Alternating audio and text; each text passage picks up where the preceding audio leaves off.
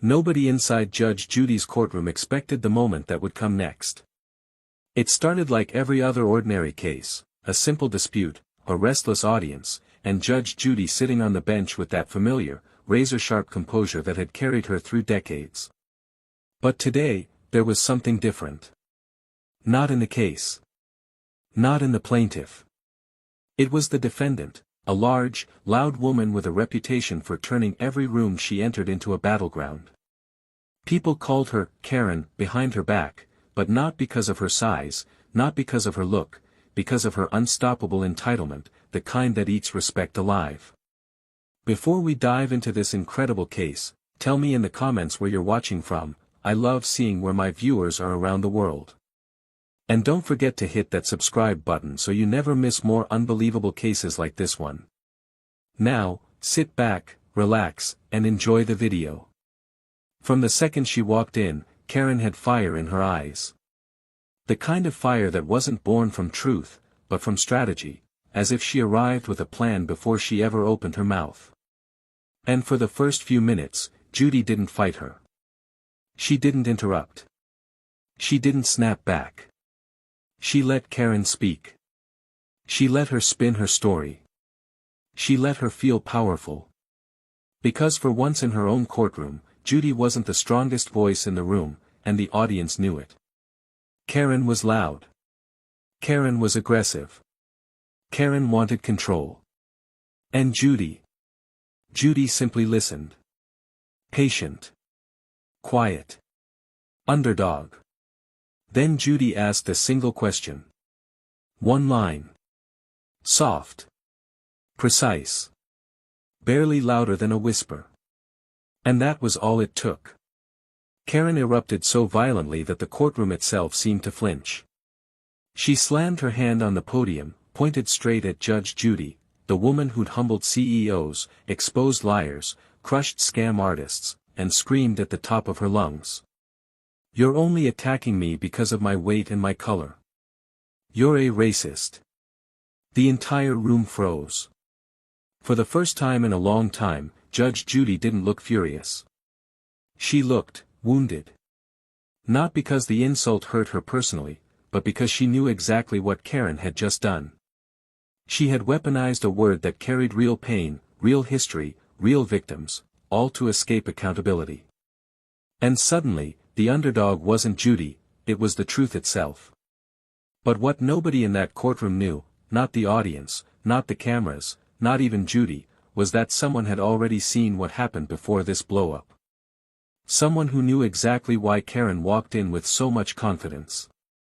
Someone who held the one truth that would flip this entire courtroom upside down. The bailiff. He didn't move. He didn't speak. But the look on his face. That quiet, controlled fury. It told a story nobody was ready to hear. And when he finally revealed what Karen did before the cameras even rolled, the courtroom would explode. But that's coming. Right now, we start with the accusation that shook the entire room, and placed Judge Judy in the rarest position of all. The underdog in her own courtroom. Before we continue, tell me in the comments, do you think Karen was telling the truth, or just playing the victim card to escape judgment? Your answer helps this video reach more people who care about real justice. The air inside the courtroom didn't settle after Karen's accusation. It thickened. It tightened. It wrapped around the walls like a storm cloud waiting to burst. People weren't whispering anymore, they were staring. Some at Karen. Some at Judy. But most at that invisible space between them where the accusation still hung, heavy and poisonous. It was the kind of moment that could shatter a reputation in seconds, and everyone knew it. Karen leaned back with a look of triumph stretching across her face, almost daring anyone to challenge her. The audience shifted uneasily, some avoiding eye contact, others pulling out their phones as if capturing the moment would somehow protect them from being part of it. In their eyes, Karen wasn't just defending herself, she was attacking the one person who had never been accused of anything close to this in decades. And the worst part? Judy didn't fire back. She didn't slam her gavel. She didn't deliver one of those famous lines that could slice through steel. She just sat there. Still. Quiet. Underdog. Not weak, never weak, but wounded in a way the room didn't know how to respond to. They were used to her dominance, her certainty, her unmatched authority. But they weren't used to seeing her become the target of a weapon she never deserved. And the silence she held felt more powerful than any explosion she could have unleashed. Karen mistook that silence for fear. "You hear me?" she barked, loud enough to force a few people in the back row to tense. "I'm calling it out. This judge is biased. This judge is discriminatory. And I won't sit here and let her disrespect me." Disrespect? The word rang like an insult of its own. Judy had asked one question. One quiet question. But Karen wasn't here for questions. She was here for war. She had walked in ready for it. Her shoulders wide, her voice sharpened to cut, her pride swelling on top of a foundation built from anger and something darker, something strategic. Judge Judy took a slow breath, her eyes lowering for a moment. It wasn't surrender. It was control. The kind of control that comes from knowing that the truth doesn't need to shout. But she also knew the truth wasn't enough right now. Not when Karen had just shifted the entire room by claiming something so explosive. So dangerous. So irreversible. A false accusation hits harder than a real one because it lights a fire that burns the innocent first. And Judy? She felt the burn. But Karen wasn't done. Her voice rose again, feeding off the tension like it was fuel. "You just don't like women who look like me. You only go easy on the skinny ones. You judge me before hearing me. You're against people like me." The plaintiff dropped his head into his hands. He hadn't expected his simple case to turn into a social media battlefield. The cameras in the room weren't meant for drama, they were meant for truth. But truth had taken a back seat to spectacle, and Karen was driving. Judge Judy finally lifted her gaze. Her voice, when it came, wasn't hard. It wasn't stern. It wasn't even annoyed. It was calm. "Ms. Parker," she said, "I haven't judged you at all. I simply asked you to explain the timeline." But her words didn't matter. Not to Karen. Not to the audience. Not yet. The accusation had already poisoned the atmosphere. Every person watching felt forced to choose a side before any evidence had been presented. And that was exactly what Karen wanted. The louder she complained, the more she painted herself as a victim. The more she cried out discrimination, the less she had to defend her actions. Victimhood is the easiest mask to wear, but the hardest to remove once the truth comes out. And Judy could sense something wasn't right. Not with Karen's story. Not with the way she kept glancing at the audience, making sure her performance landed. Not with how she overplayed her emotions in the exact moments when the courtroom quieted, as if she needed silence to recognize her spotlight. But there was something else, something only one man in the entire room had noticed the moment she walked in. The bailiff. He stood near the bench, arms crossed, eyes locked on Karen like he was piecing together a puzzle he already knew the answer to. At first, he didn't say anything. He didn't move. He didn't react. But Judy saw it, the subtle tension in his jaw, the slight shift in his stance, the way his gaze hardened every time Karen lied. And everyone else missed it. Because all they could see was the show. Karen's voice rose again. "You're humiliating me because of how I look," she cried dramatically. "Because I'm not your perfect little TV type person. Because I'm big. Because I don't fit your pretty standard." The audience gasped, not because they believed her, but because the accusation itself was enough to shake the room. It was like watching a match being held over gasoline. One wrong breath, and the entire place would explode. Judy didn't move. And that made everything worse. The audience misread it as weakness. They didn't realize it was strength. They didn't realize Judy had been trained for decades to stay steady under chaos. They didn't realize she had endured more real attacks than Karen could imagine. They didn't realize the underdog wasn't losing, it was waiting for the truth to rise. But the truth wasn't in Judy's hands. Not yet. It was standing 10 feet away, in a uniform, silent and simmering. And when he finally spoke, the entire narrative would collapse. But that moment wasn't here yet. For now, the courtroom drew deeper into tension. The plaintiff looked defeated. The audience confused. Judy outnumbered. Outshouted. Momentarily outpowered. And Karen? She smelled victory. But victory built on lies is a mountain of dust, one gust of truth, and everything falls. And the bailiff. He was the gust. The courtroom felt like it was balancing on the edge of a knife. Karen had thrown her accusation like a grenade, and instead of exploding instantly, it rolled slowly across the floor, waiting for the slightest push to detonate. She stood there with her arms crossed, chin high, breathing heavily as if she had just fought a war and believed she'd won it. But beneath her bravado was something else, something Judge Judy noticed the moment the noise died down. Fear. It was small, but it flickered across Karen's face every time Judy tried to meet her eyes. She would look away, glance at the audience, read their reactions, adjust her posture like an actress studying her crowd. Confidence didn't need validation. But manipulation did. And Karen was checking her audience like she needed them to stay on her side to survive. Judy kept quiet. Not because she was intimidated. Not because the accusation had broken her. But because she sensed something was off, not just with Karen's words, but with the timing, the intensity, the desperation behind them. Lies always smelled like panic. And Karen was sweating panic through her smile. "Ms. Parker," Judy finally said, voice soft, "you made a very serious accusation just now.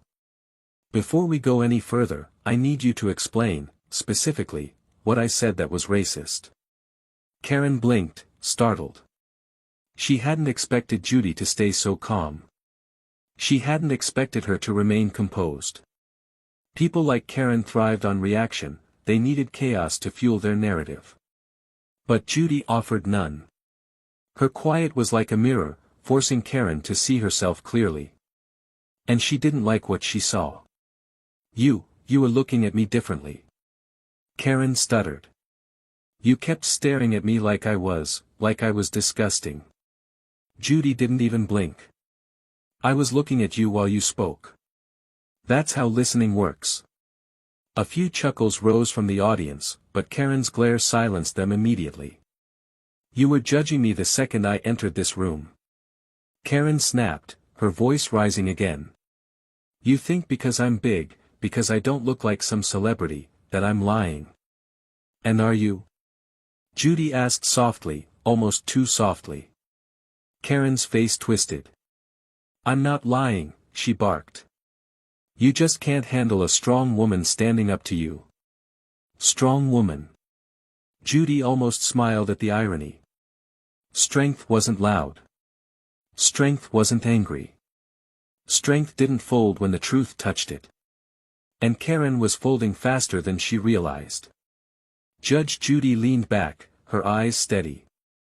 "Ms. Parker, let's return to the timeline you provided earlier. You said you arrived at the store at 2:15. But the receipt the plaintiff submitted shows the transaction took place at 1:48. Karen blinked again. "Hard. Too hard." I got the times mixed up," she said quickly, waving her hand. "You're twisting everything. You're trying to make me look stupid." "I don't have to twist anything," Judy replied calmly. "I'm reading what you handed me."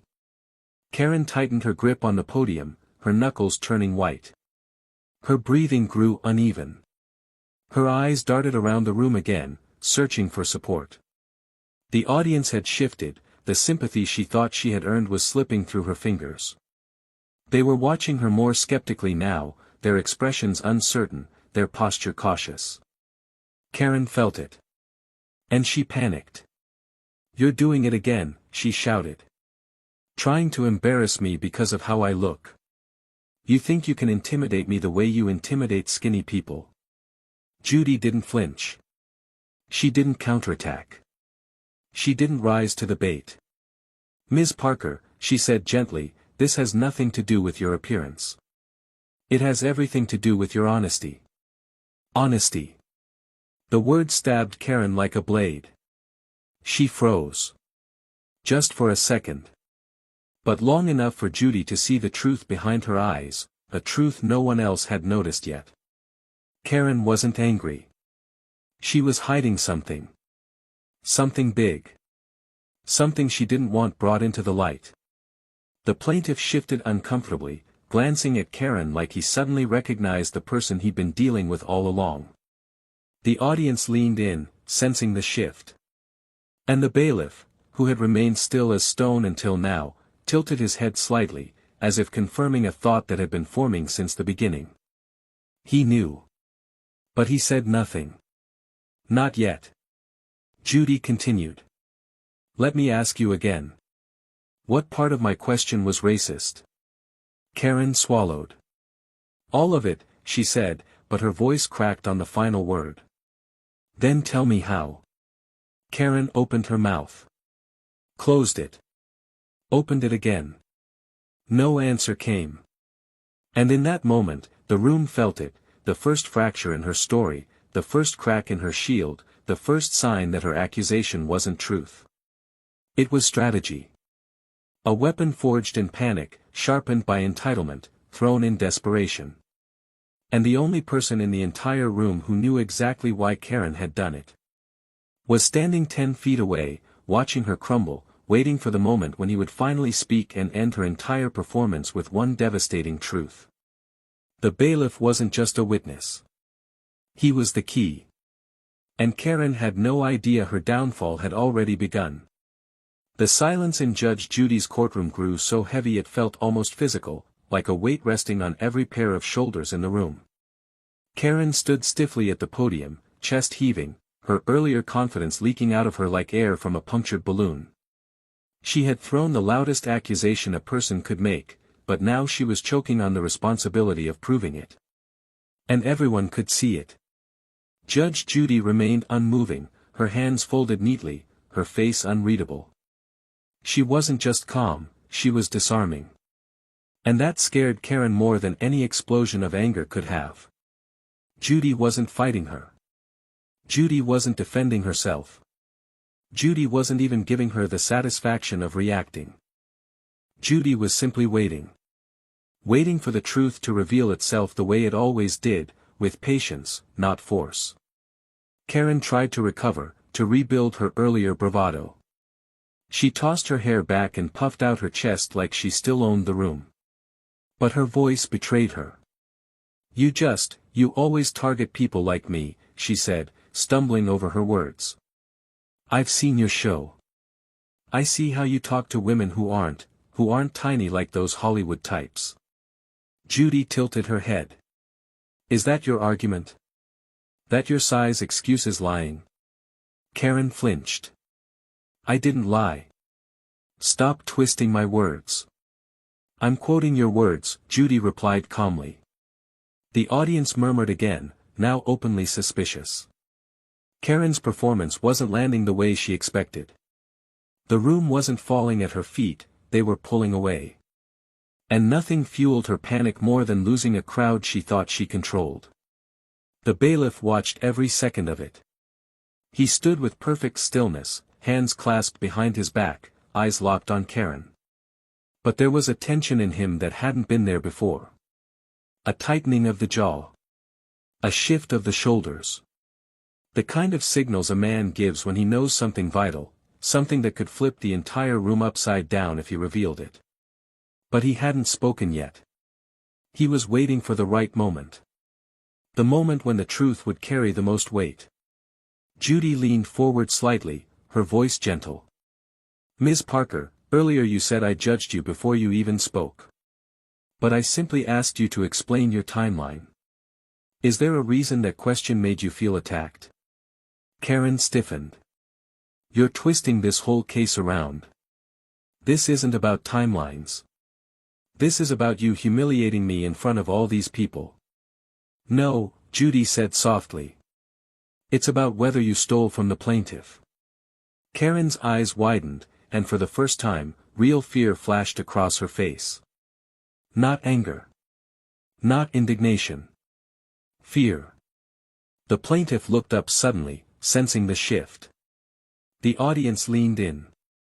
Even the cameras seemed to zoom closer, catching every micro-expression, every tremble in Karen's voice.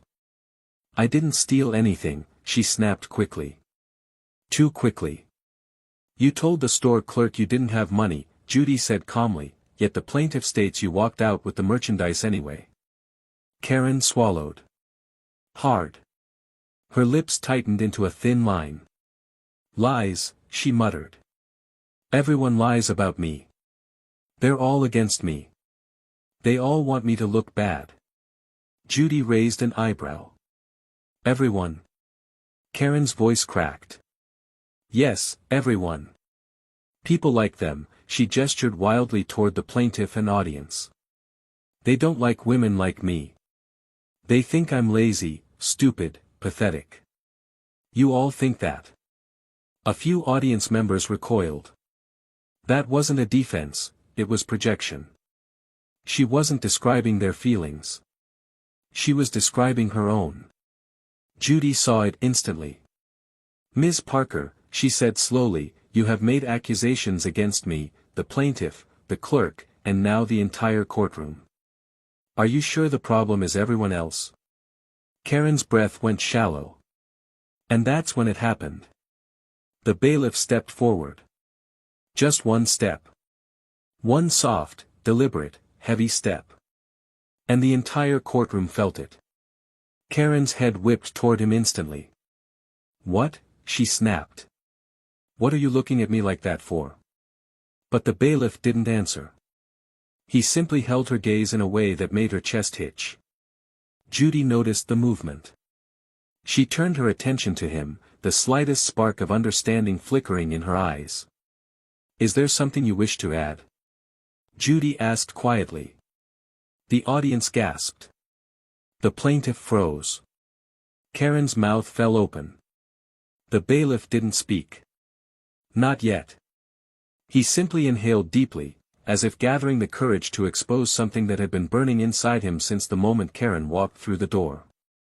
Karen panicked. You can't say anything, she barked. You're just a bailiff. You're not allowed to testify. Stay in your place. Her voice boomed off the walls, sharp and desperate. And in that single outburst, she revealed more than she intended. She wasn't just afraid of Judy. She wasn't just afraid of losing the case. She was afraid of him. The room knew it instantly. Judy's eyes narrowed, not in anger, but in recognition. Something connected. Something unlocked. The dynamic changed in one moment.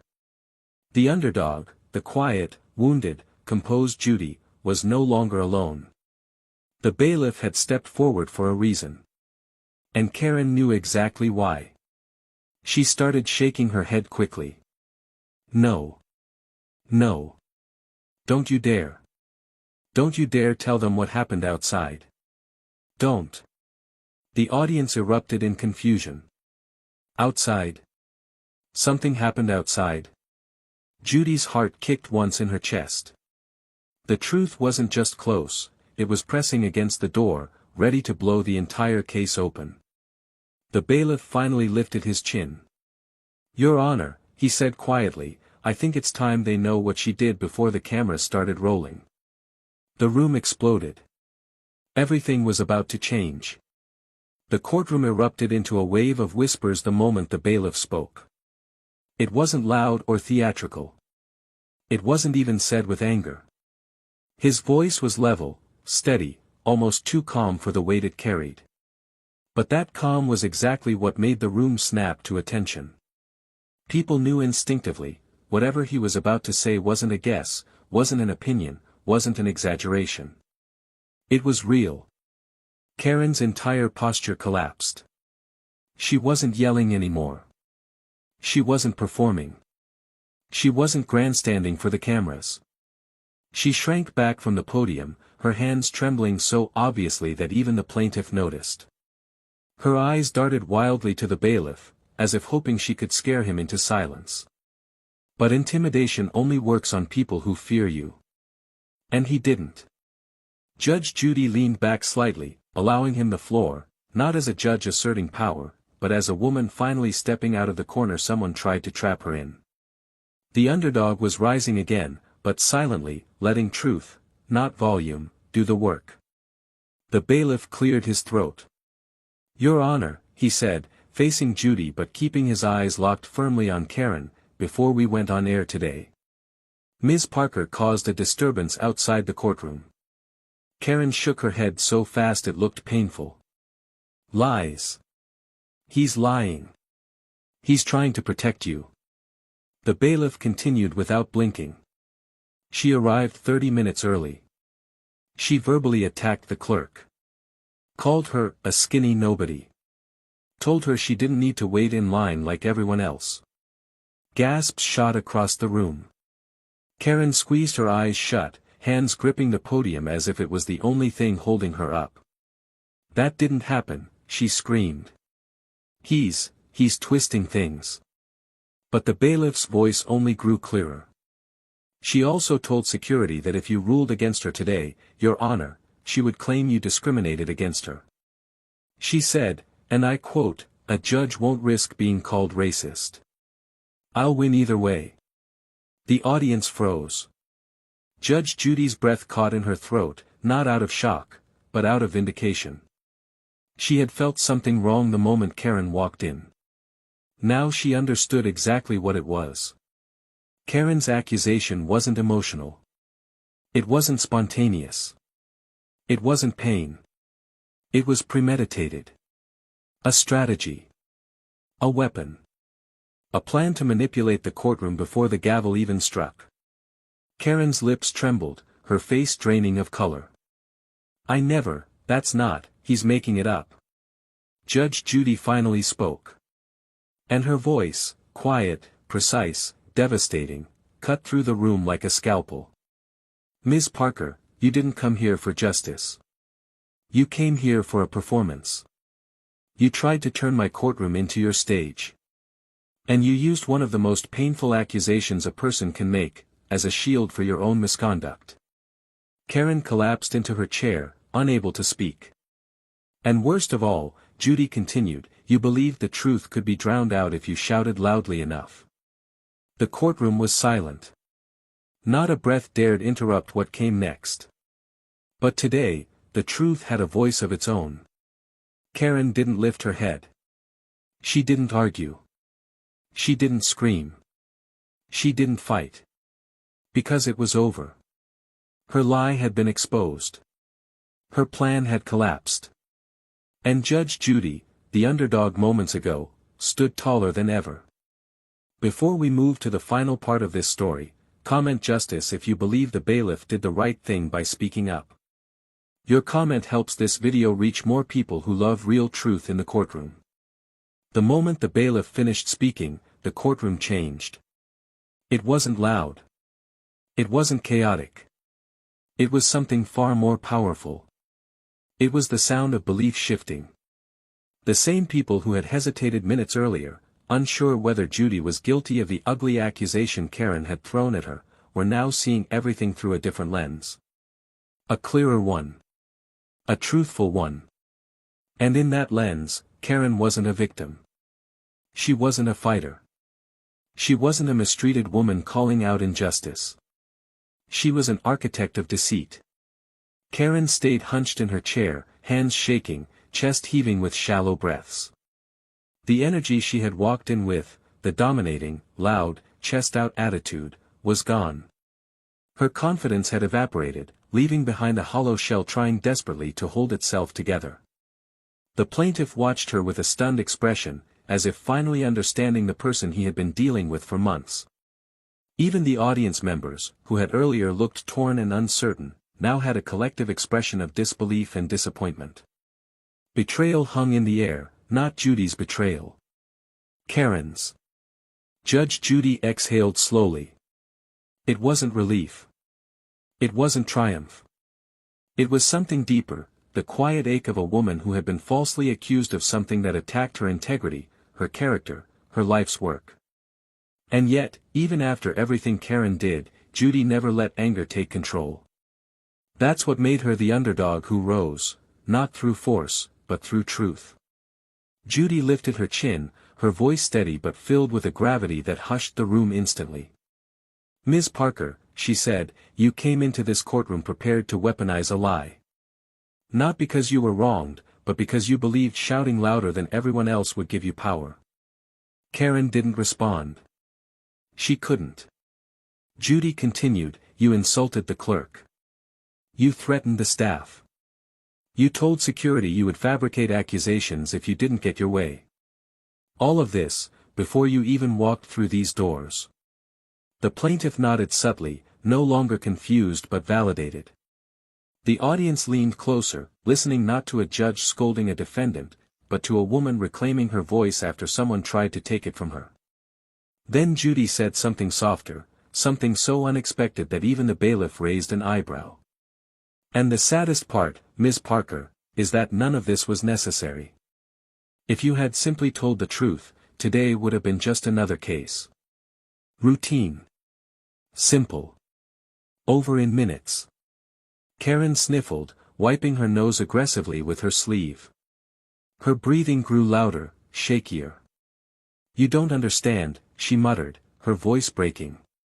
"People always think I'm the bad one, no matter what I do." Judy didn't lean away. She didn't flinch. Instead, she leaned forward just an inch, her eyes softening, not in sympathy, but in clarity. "People don't think you're the bad one because of how you look," she said gently. "They think you're the bad one because of how you act." Karen's face twisted, but the fight was gone. Completely gone. Judy continued, "And today, you acted like someone who would burn down an entire courtroom just to avoid accountability for your decisions." One of the audience members inhaled sharply. The truth landed with the precision of a needle and the weight of a hammer. Judy straightened her robe. "Now," she said, "we return to the case." The plaintiff stepped forward nervously, clutching his paperwork. He had been overshadowed by chaos, but now the courtroom centered back on the reason they were all there. Judy scanned the documents, then glanced at Karen, whose eyes were red and unfocused. "The evidence is clear," Judy said. "The timeline contradicts your statement. The security footage matches the plaintiff's testimony. And your behavior, both inside and outside this courtroom, leaves no doubt." Karen swallowed, waiting for the blow. "I rule in favor of the plaintiff." The words dropped like stones. Karen's mouth fell open, but no sound came out. Her body sagged into the chair as if the ruling had knocked the air out of her lungs. The plaintiff let out a breath he'd been holding for the entire case. Relief washed over his face. Judy continued, unwavering, "You will reimburse the plaintiff for the stolen merchandise, court fees, and associated costs." Karen blinked rapidly, staring down at her shaking hands. "And Ms. Parker," Judy added, her voice now sharper, "consider this a warning. False accusations don't make you powerful. They make you irresponsible. And worse, they make it harder for real victims to be heard." The entire courtroom nodded without speaking. Because she was right. Karen didn't reply. There was nothing left to argue. Nothing left to twist. Nothing left to shout. The bailiff stepped closer, not aggressively, but respectfully. "Ma'am," he said quietly, "it's time to leave the courtroom." Karen rose slowly, wiping her face, her body trembling. The strong, loud force of chaos she had been just an hour ago was gone. She walked toward the exit with small, defeated steps, avoiding every eye in the room. The audience watched in complete silence. When the doors finally closed behind her, the quiet felt like exhaling after a long storm. Judge Judy sat back, not triumphant, not smug, just steady. The underdog had risen again, not because the world handed her power, but because the truth had held her up when lies tried to drag her down. Long after Karen had been escorted out of the courtroom, a strange stillness settled over the room. It wasn't awkward. It wasn't tense. It was something closer to relief, like a thick fog lifting after a storm. People weren't whispering anymore. They weren't glued to their phones. They weren't guessing or doubting or choosing sides. They were simply processing. Because what they had just witnessed wasn't just a case. It wasn't even just a confrontation. It was the difference between weaponized victimhood and real justice. And Judge Judy, who had started this case as the underdog, now stood as the one person who never needed the spotlight to reclaim her authority. She simply let the truth do the talking.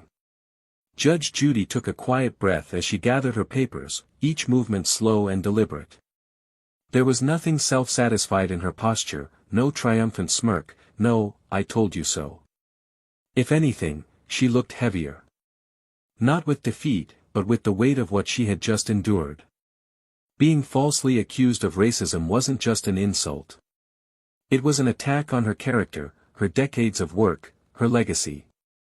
And yet, somehow, she had carried it with a calm that only those who know themselves deeply can manage. The bailiff approached her bench, not because she asked, but because he felt she needed presence, not protection. He stood beside her quietly, waiting for her to finish writing the final notes.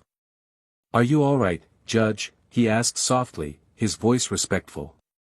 Judy looked up, her eyes steady. "I'm all right," she said. "But I'm disappointed." The room fell even quieter. Not because she lied, Judy continued, folding her hands neatly atop her notes.